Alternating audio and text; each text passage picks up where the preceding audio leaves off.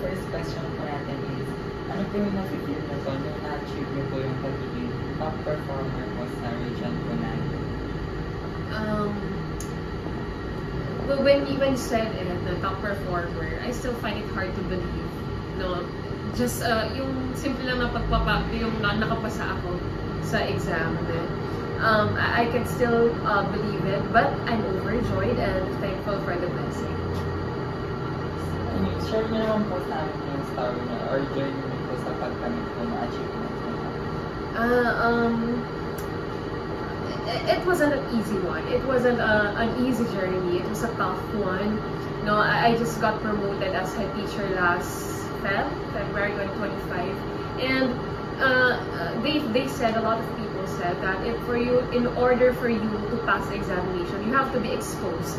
No, with the school administration, kailangan marami kang experiences, and the fact that I just got promoted this year, parang imposible pa kasi the examination, if you really want to be school head, that examination is really not easy.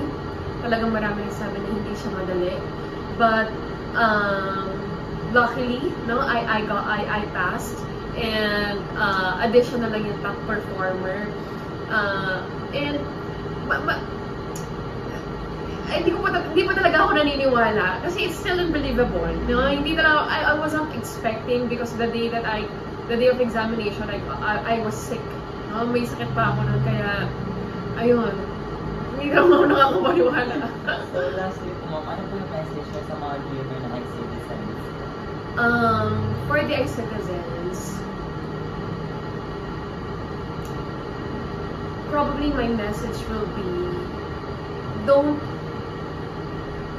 stop pushing yourself, or don't stop aiming for high, no? Kasi you know to yourself what's your capacity, your capabilities.